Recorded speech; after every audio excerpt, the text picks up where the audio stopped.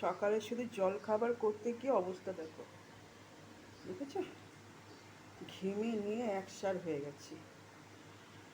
তাই এরপরে রান্নাটা করবো, মানে কীরকম গরমটা পড়েছে না। আর তবে কী বলো তো, সন্ধ্যের থেকে সমানে মানে হাওয়াটা হচ্ছে বলে একটু হয়, এই কিন্তু সকালের দিকে কষ্টটা হয় ওই গরমের মধ্যে ওভেনের সামনে দাঁড়াতে।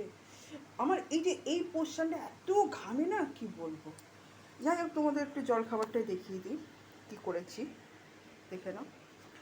এইটা হচ্ছে কী করবো বলো তো, আমি গোটা আলু সেদ্ধ করে না ভেঙে ভেঙে তরকারিটা করেছি চোকলা সমেত। এই আলুর তরকারি করেছি আর আটার পরোটা, এই জলখাবার করেছি।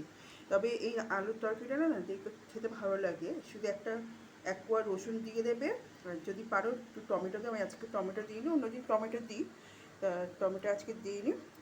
এমনি মানে রসুন দিয়ে কাঁচা লঙ্কা দিয়ে তরকারিটা করেছি। তা এই হলো আজকের জলখাবার। কেমন হয়েছে বলো, ঠিক আছে?